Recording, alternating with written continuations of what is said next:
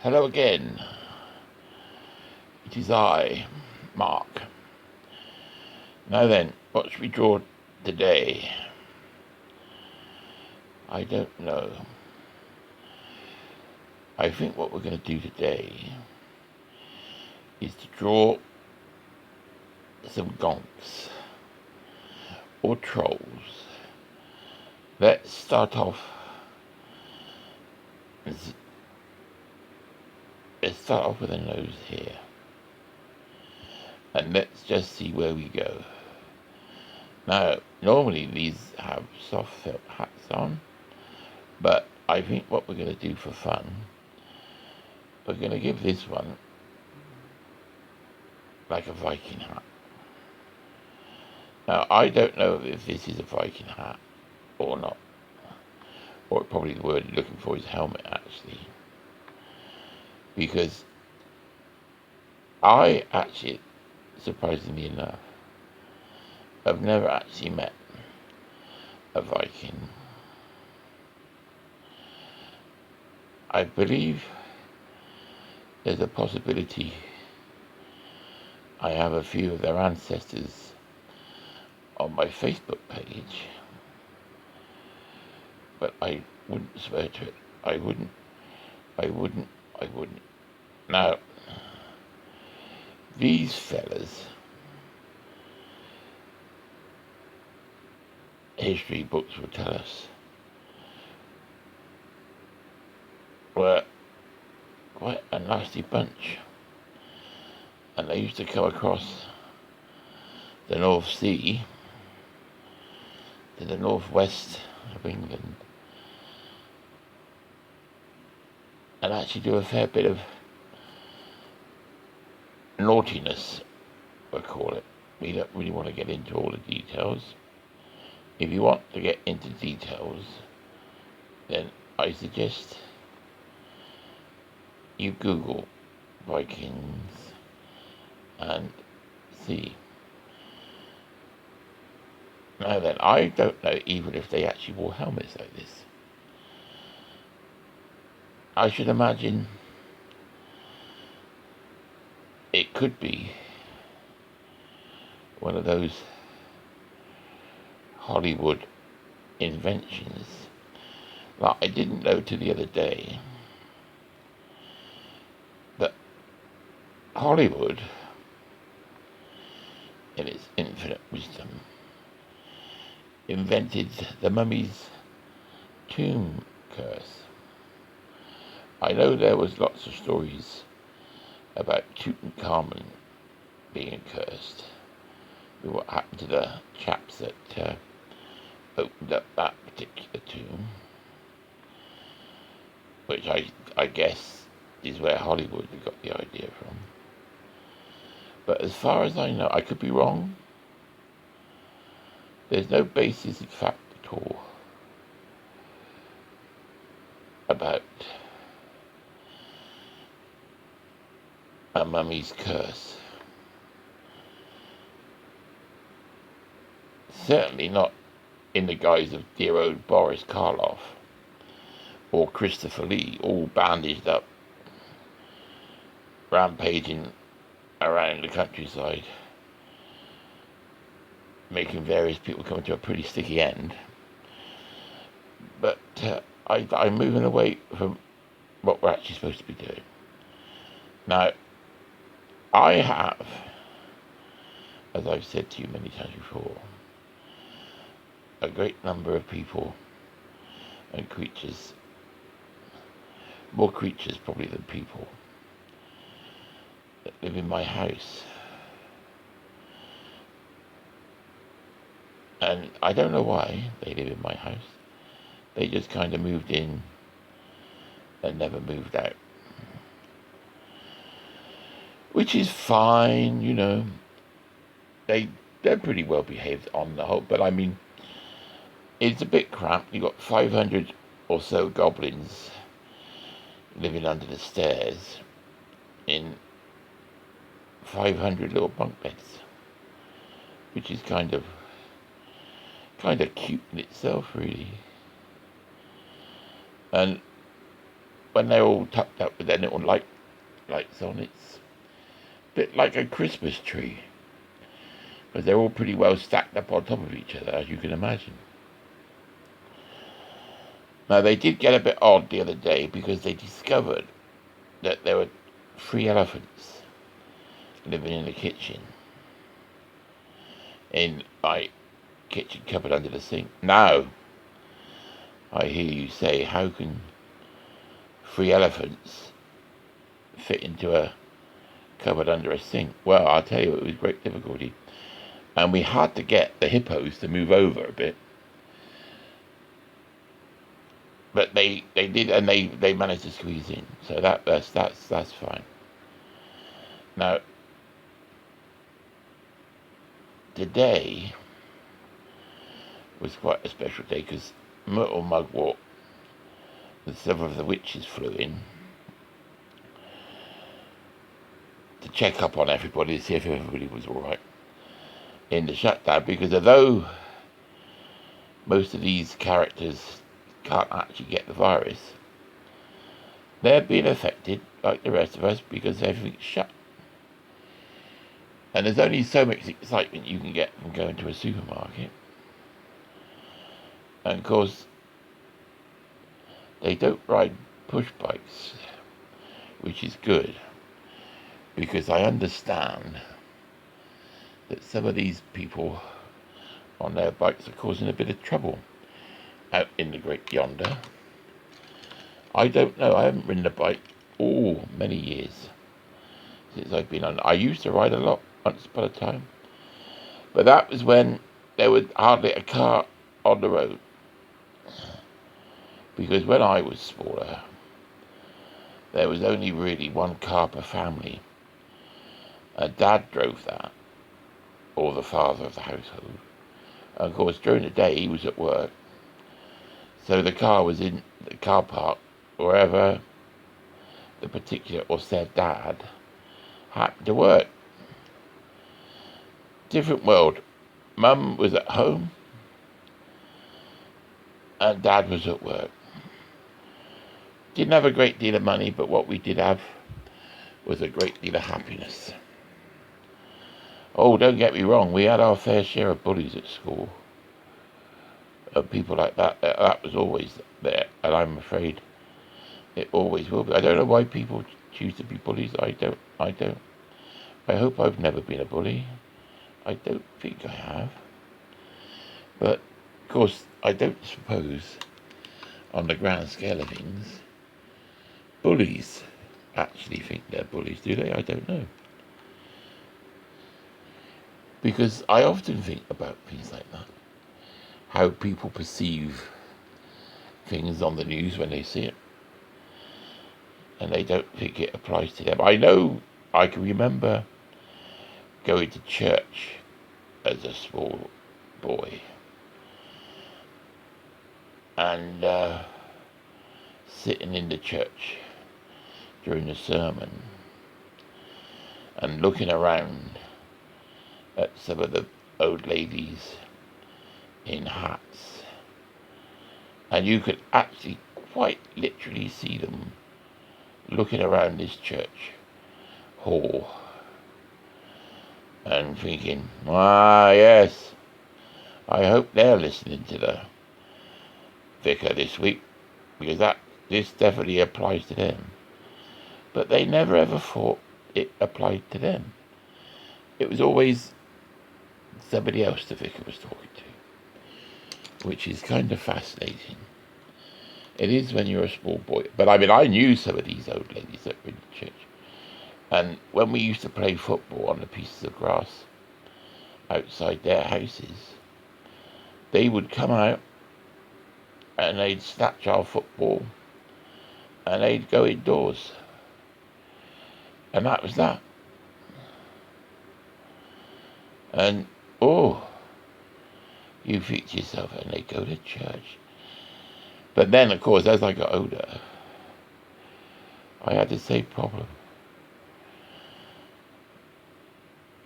You don't realise, I don't suppose, when you're a child, that kicking a football for an hour or two against somebody's house wall is unreasonable. And when the chap or woman of the house comes out with their nerves frayed and tend to rant a bit, you think, oh, what do I do?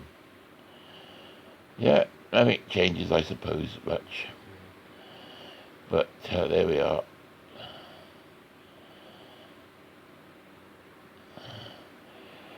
Now then, of course, with this lock-in, those parents now, oh, they're perhaps finding out that little Johnny and little Mary ain't quite as pure as the driven snow they thought they were. Which, karma can be a bit like that sometimes. Now then, you see, this is well, I'm putting a bit of yellow in this to brighten it up a bit, I think. And I thought what I would do on this particular illustration is do a bit of colouring and drawing as we go in, because we're 11 minutes in. Of course, I've been waffling and not really doing what I should be doing. So time's moving on a bit, really. Because I don't want to make these videos too long. Oh, by the way, somebody did actually say to me today, do we have to have your incessant jibber jabber? And I said, well, no. I mean, there's two ways around that. You don't have to watch the video.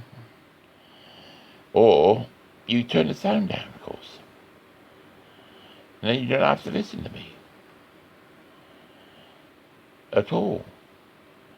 Just an option. You could actually turn the volume down, put on your favourite piece of music, and away you go. Now this chap, you see, these are warriors, basically. They like a good scrap. They live hard and play hard, is what they used to say, I think. And it's very difficult to know what they're thinking, because you can't actually ever see their eyes to know if they're annoyed or not, which sometimes with these chaps can be a little bit problematic, as you can imagine. Now, I don't know what you would call, I call these chaps trolls, for want of a better word for them. And they seem to like that. And they seem to accept the fact that they're trolls. I don't know, because I can't actually understand, although they speak very good English. I don't know how they speak very good English and where they learned it, but they do. You see, there you go. Because I certainly can't speak a word of troll. I have tried, but it's just not there. You see.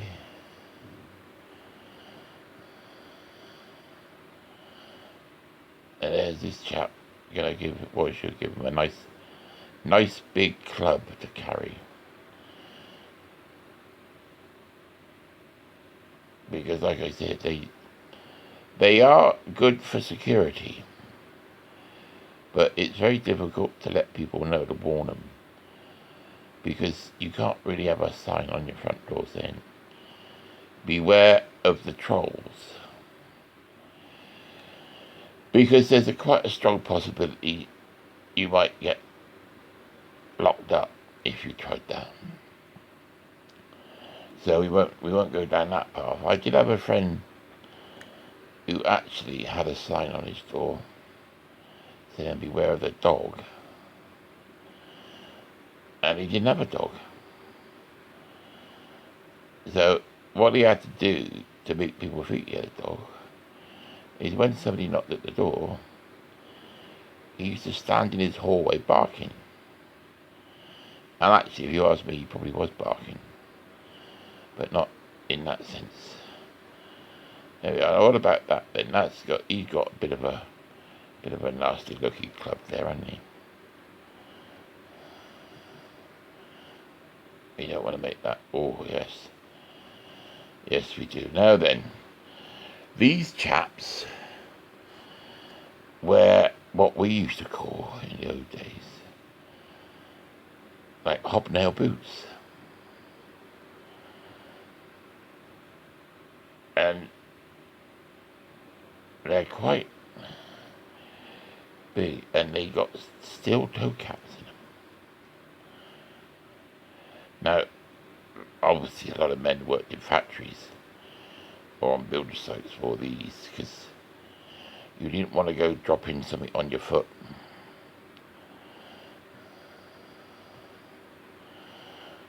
Because you could break your toes. Actually, that reminds me of a funny story, really. Well, it wasn't funny, although as a child it was, because we used to go and stay with my grandparents, and my granddad was a fireman, as some of you know, in London. He was stationed at Wimbledon, and he was there all through the Blitz, fought many a big London fire, he was a driver. So when he tried to enlist, because he wanted to join the Air Force, but they wouldn't let him because he was in a reserved occupation, as they called it. Of course, he was a driver and he knew his way around London, so he was invaluable.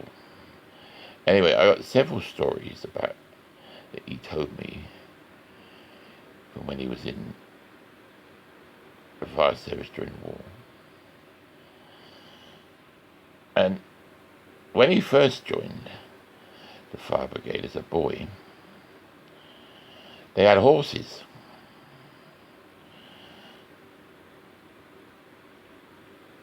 To pull the tenders along. And of course, these weren't your run-of-the-mill little ponies. These were big horses. I got some quite nice horsey friends that would probably I want to say shy, but I don't know if they were shy horses or not. But they were big old boys. Anyway, he actually was looking after, because I think they used to take it in turns to look after these fellows. And they had stables, obviously, that they kept these horses in. And he was in this stable, and one of these chaps, and my grandfather, story goes, his concentration went for a minute, and one of these chaps stepped back and stood on his foot. And I remember seeing my granddad take his sock off, and his big toe had a great big kink in it, where this big fella stood on his toe. And he had that indent in that toe to the day he died. I always remember that. Because when you're a kid, you look at your granddad's toe and you see something like that. You don't just ignore it. You would. The polite thing is to just ignore it. Because you don't know what's going on, do you? When you see somebody's got a big kink in their toe. But no, you're a child who, you tend to stare. You do. I've seen it happen. Anyway, that's the story he told us. Whether that was true, I don't know. I tend to think it probably was. Because I heard my mother tell the same story. Mind you, of course, he might have actually told her that story. Because he was a bit of a storyteller. I know one day they had to go out, because sometimes the bombs, unexploded bombs that is, would end up in the sewage works. And they'd have to go down while the bomb disposal chaps went down and got this thing out. Because if it went off in the sewage works, well, you can imagine that would be hitting the fan, wouldn't it? Real time. Anyway, one of the chaps fell in. And, well, you can imagine, can't you? Whew. And they wouldn't let him back in the fire engine when they went back to the station. And this poor old chap, well, I don't think he was old, of course, he had to walk back to the fire station. covered in poo. Now that could not have been very nice, can it? But there you go. Excuse me. No, don't worry, it's just a bit of a try tickle from all the talking. Yeah, I suppose I could try shutting up for a minute, but I think we all know that ain't gonna happen. There you go. See, now this chap he's covered along nicely. Now I'm not going to do a lot more to him, but that basically is what you would call, I don't know what you would call him, troll. He's got the same sort of head and beard and that as a gonk, but there's a bit more to him than that, I suppose. Nice big belly. Well, he likes a drop of beer, I think. Most of them do. I think like I said, they're trolls to me. And I don't think we need to argue about the names of these characters too much. I mean, if you want to call it something different, then you carry on. Because it doesn't matter to me. Because I'm probably not going to know anyway what you called it. So what we could do, now I don't know if you remember, there used to be a character. I used to read his books years ago when I was at college. Probably influenced me to some degree to do the characters I do, because I think you probably do that with all things you pick up as you go along in life, called Asterix the Gaul. Now that was a French, I believe, character, and he used to wear trousers like this. But I don't know if it was in that sort of, I can make on it. I want to say Anglo-Saxon for this sort of country. Because, of course, Asterix was a Gaul, and he used to fight the Romans, and they used to have the magic potion that made them really strong. And they had the big fella that was very strong, that fell in the mixture when he was a baby. So he was always strong. And they were druids. I think it was a druid. And I want to say Get a Fix, because I think whoever did it, the cartoons, had a little bit of a fun time with the names. Because we used to have a character called Captain Pugwash on the television, and some of his characters apparently had highly suspect names. But apparently, I looked up on the internet the other day about that, to be honest with you, and that appears to be a bit of a myth, but one of those TV myths that sort of happens. Right, we're getting up to sort of 25 minutes. So I'm going to put a few stripes on this chap's trousers, and that's going to be about it for this particular drawing. But don't panic. I hope you're enjoying these drawings and these sort of slight rambles of mine, but I will try and stick to the relevant subject, which is really the drawings.